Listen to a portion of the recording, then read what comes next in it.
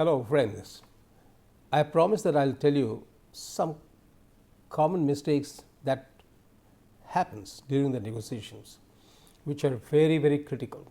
I would say pay very strong attention to this and try to avoid it. Common mistakes in terms of actions. There are two kinds of sets of mistakes which I will discuss. One is in terms of your actions. What kind of mistakes you commit during negotiation in terms of your actions. Another is what are the different kind of personality oriented mistakes that we have. So, this I am highlighting first in terms of actions. Poor listening. I said the listening is very important. A point which I will highlight later in my next set of lectures, let me just utter this here. Listening, if you do not listen attentively, you do not get the points from the opponent. If you do not get the points right, then you suddenly give away a concession which is probably was not asked for. So, poor listening is one of the common mistakes in terms of action. Then comes speaking the unexpected. This is one of the worst. Speaking the unexpected is a very poor soft skill. What is unexpected? Which is contrary to the culture of this particular discussion, which is contrary to the culture of this particular group who are participating in this negotiation discussion. It is contrary to the objective of this discussion. Now, who may speak the unexpected? Anybody. Say, it is very unfortunate if your own team, one of the members speaks the unexpected. It happens. Basically, I will tell you, for in this kind of situation, I will also give you an idea, a clue that how to take care of this mistake, how to what is the remedial actions for these mistakes. Poor listening is, do not get hyper excited during negotiation. You sit quietly, pay attention to the speaker and put your other teams to pay attention to the other persons in case they are having crosstalks. I said this in my last lecture, that put them on job, on duty, that they should also keep their ears open to the others in case there is any other side talks going on, because that will give you a clue. But the thing is, that is one, not listening, at the same time you are not listening or you are not being heard. It is a very common mistake. And the speaking the unexpected is, the remedial measure is, you should decide the authority of speaking.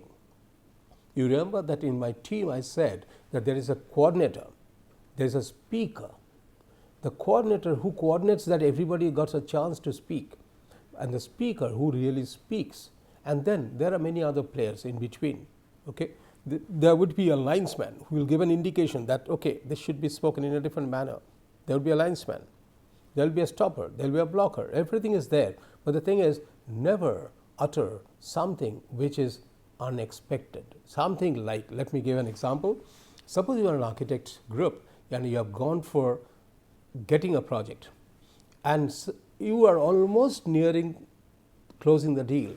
At that point of time, one of your team member, out of hyper excitement, says, we had been doing a project for that particular group and the group was not very good and they were not paying in time. So, what we did is we given them poor quality of drawings.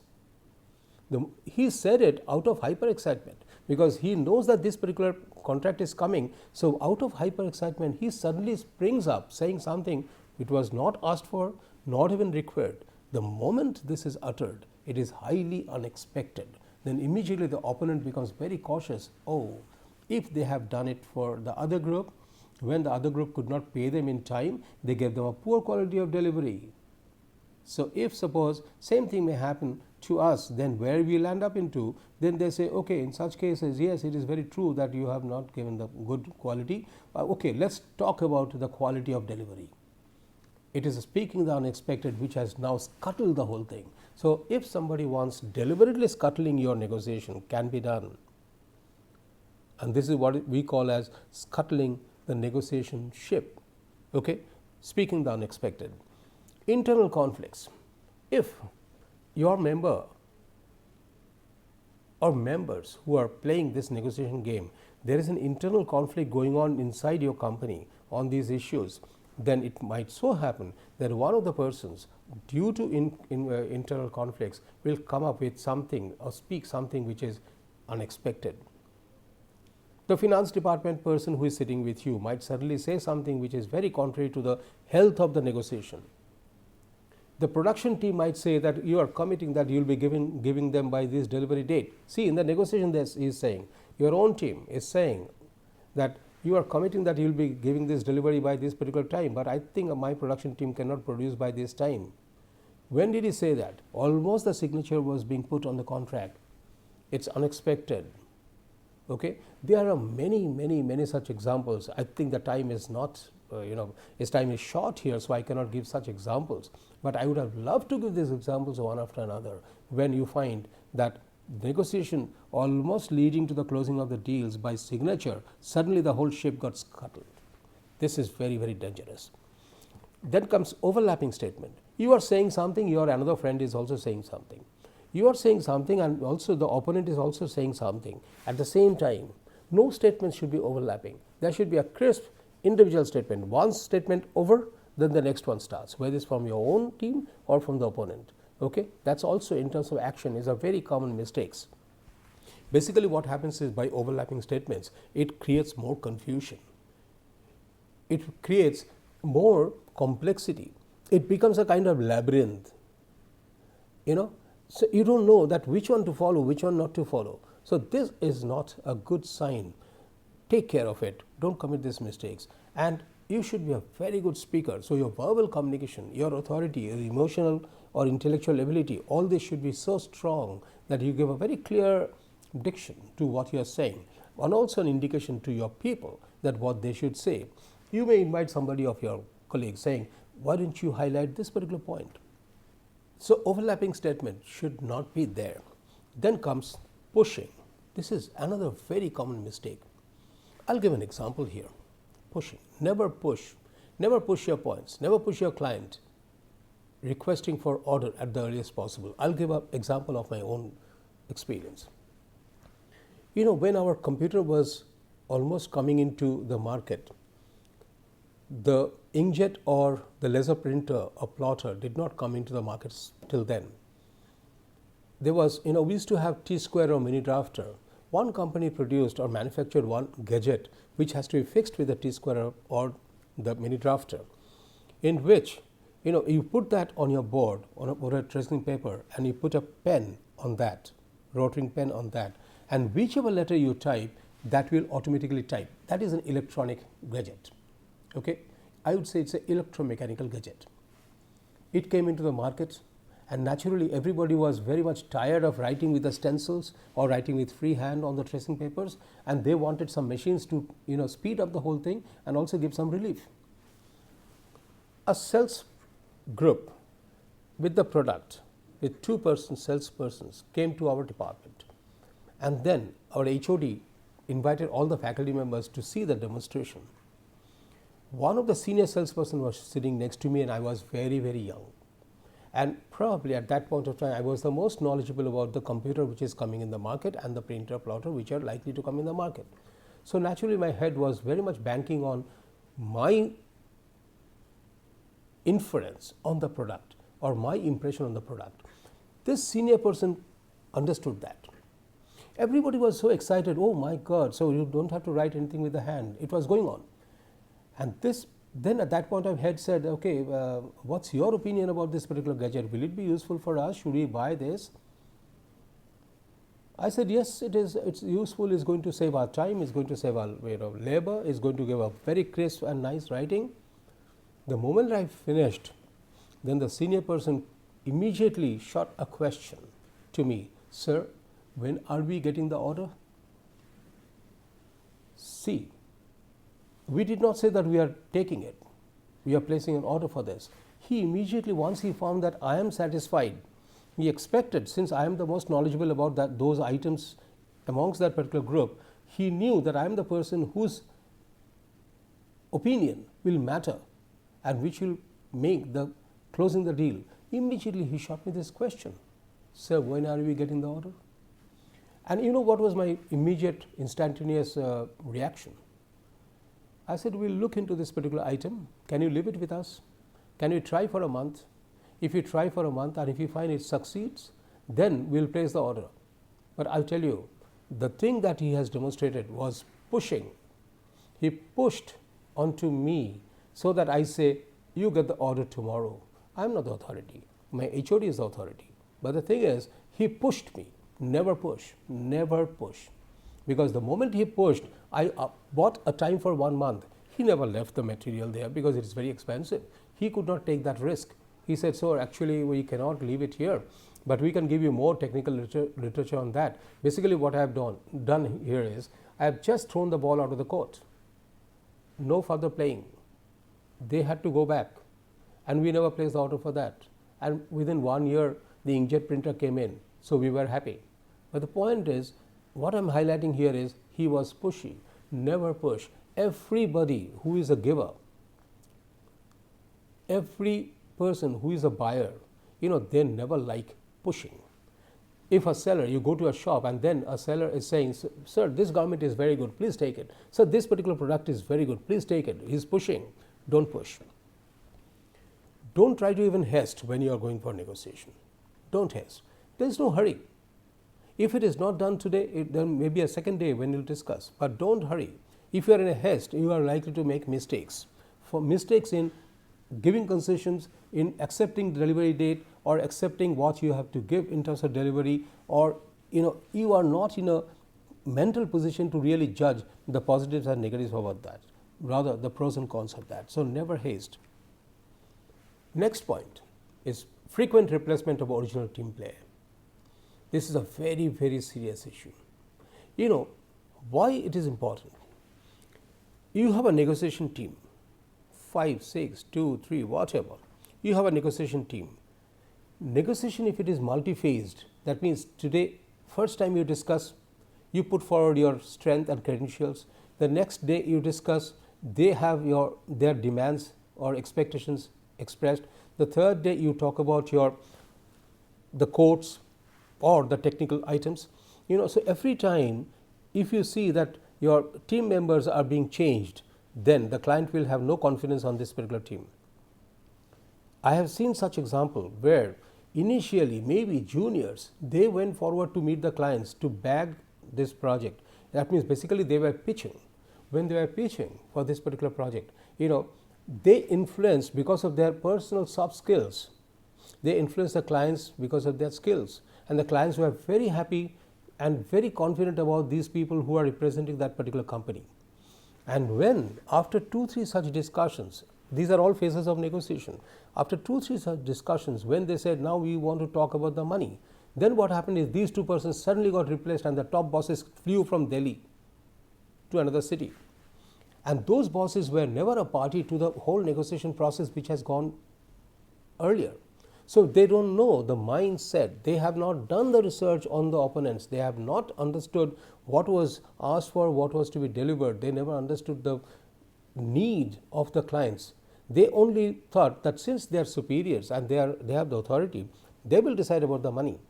You know what has happened finally? That project was not given. The moment two seniors flew from Delhi to another city to discuss about the final terms and conditions, the client first thing said, where are the other two persons who had been communicating with us since the beginning? It's an international company I am talking about. The moment the client said, where are those two persons I had been interacting right from the day one? Where are they? Then immediate response was, oh no sir, actually they are busy in some other work, so we came here. No, we don't want to talk with you. We don't want. They know what we need. They have said what we are likely to get. You don't know the whole stuff. You don't know the backgrounds. We are not going to negotiate with you. Not only, this has jeopardized the whole negotiation, it has in fact cancelled the negotiation. So never make frequent replacement of your original team players. Mind it, the original team players are the players who builds up the whole negotiation. It's again like a football game. If suppose, you have a chance of replacing your players. If you do it right from the beginning, the players who are building the whole game and putting pressure onto the opponent teams, suddenly you keep on replacing those players who were very, very effective in building the game. Then you'll find that the whole harmony is lost. because in the whole phases, multiple phases, the harmony is developed. It is built one after another, one over the other. So never change your original team players so frequently. It can be that they may miss one or two such kind of negotiations in multi-phase negotiations, but the thing is they should be there, because the original negotiators, that starts, original negotiation starts with the soft skills of exchange and coming together. So there is more of personal relationship than actual works. So that personal relationship should not be destroyed. So whoever was in the beginning, ask him or her to come every time. You may reduce his role playing in the final stages, no problem, but his or her existence is very important. This I can tell you, the top bosses, the top managers fail to understand. I am very, very clear about it, because I have examples, n number of such examples. Okay, and never in such cases disrespect. Even the lower levels went for the first pitching. Don't think that he is lower by authority. That's why he doesn't have a right to come to the negotiation table. But mind it, the first ice breaking is done by this low rank people only. So be very, very progressive in this particular mindset. Then comes the lack of rehearsal. Quite often, many of the negotiations did not succeed because there was a lack of rehearsal on either side. That rehearsal is basically understanding the whole game that they are likely to play. It's just like we say net practice for cricket. It's just like we say the pre-practice for the final games for football. Similar, that means you must have rehearsals. And here, for the best rehearsal, I always think this way.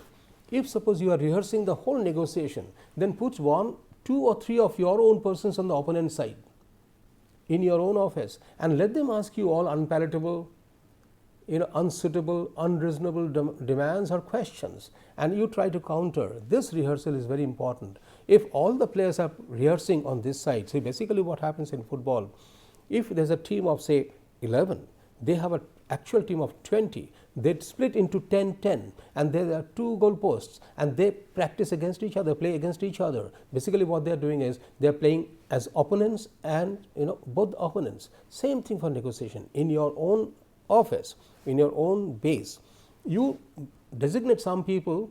Basically what we do is we always put supercritical persons on the opponent side, who are always critic, who always, you will find in your office every time some people who will always criticize anything that you do, and who become suspicious, who become skeptical. Put them on the opponent side. That's the best way. You put them on the opponent side and you keep on presenting your points. What will happen is very strong points which are likely to emerge during your actual negotiation in field will come here. At that point, I always consider people who are more skeptic, people who are in oblique thinking nature, people who are critical. They are the boons of the company, because they always give you the idea which is not run of the mills. They always give observations which are not run of the mills. Then comes the rough game. Quite often it happens in actions. The whole game is played roughly during negotiation. See, it may happen with the authority, I said, because the authority. Somebody who thinks that I'm the boss, somebody who thinks that I should speak, others should not speak, don't have the authority, then it lands up in a rough game. And again, I said the monopoly, the big house and a small house, they are now negotiating. The big house starts playing a rough game right from the beginning. And in fact, same thing in our football game. The big team starts not playing rough, but they start playing tough. Okay, so this is the situation which we have in negotiation. So always I would say, for this kind of mistakes, you don't commit. Then comes the next set, which is related to the personality. Here the situation is that there should be a very smooth, sober, emotional display. What is a common mistake? People become emotionally disturbed. People, they become very harassed. They become jittery. They become arrogant. They become, they speak more than what they should really. They start speaking unexpected things. It is a very common mistake in terms of personality. So people who are not very self-controlled, don't take them during negotiation.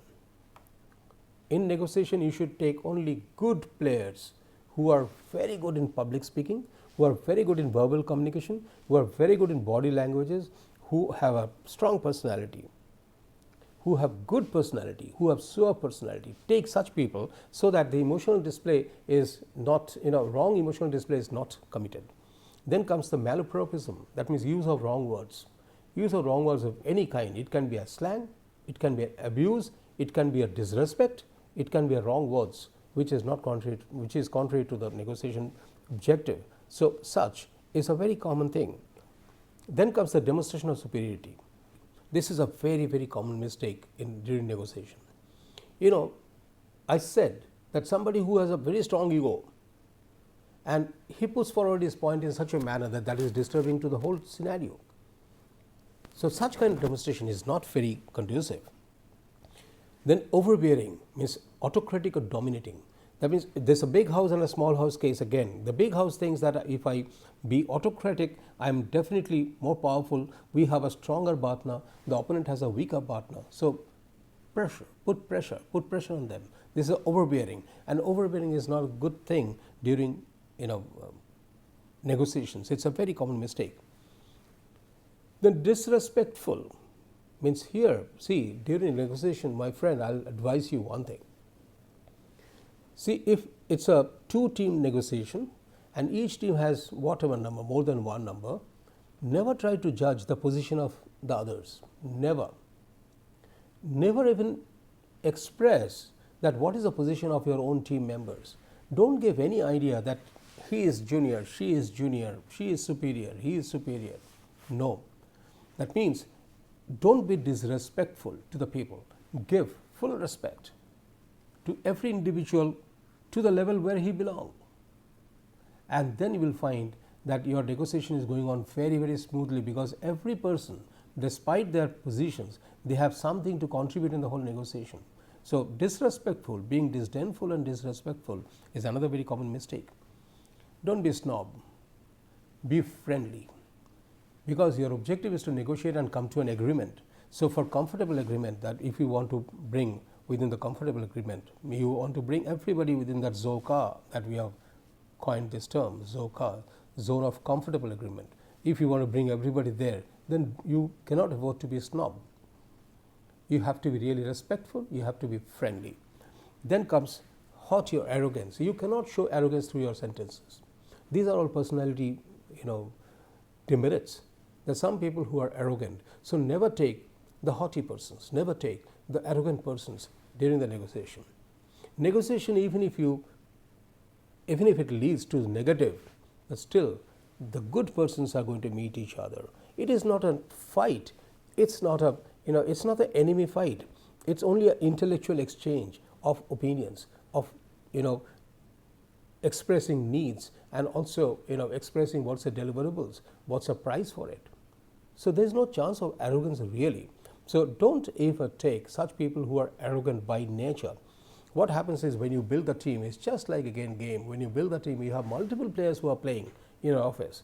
You pick up from different segments or different sections the right persons who matches these qualities very well. Take them there. Otherwise, this mistake is going to scuttle the negotiation ship. Lack of empathy.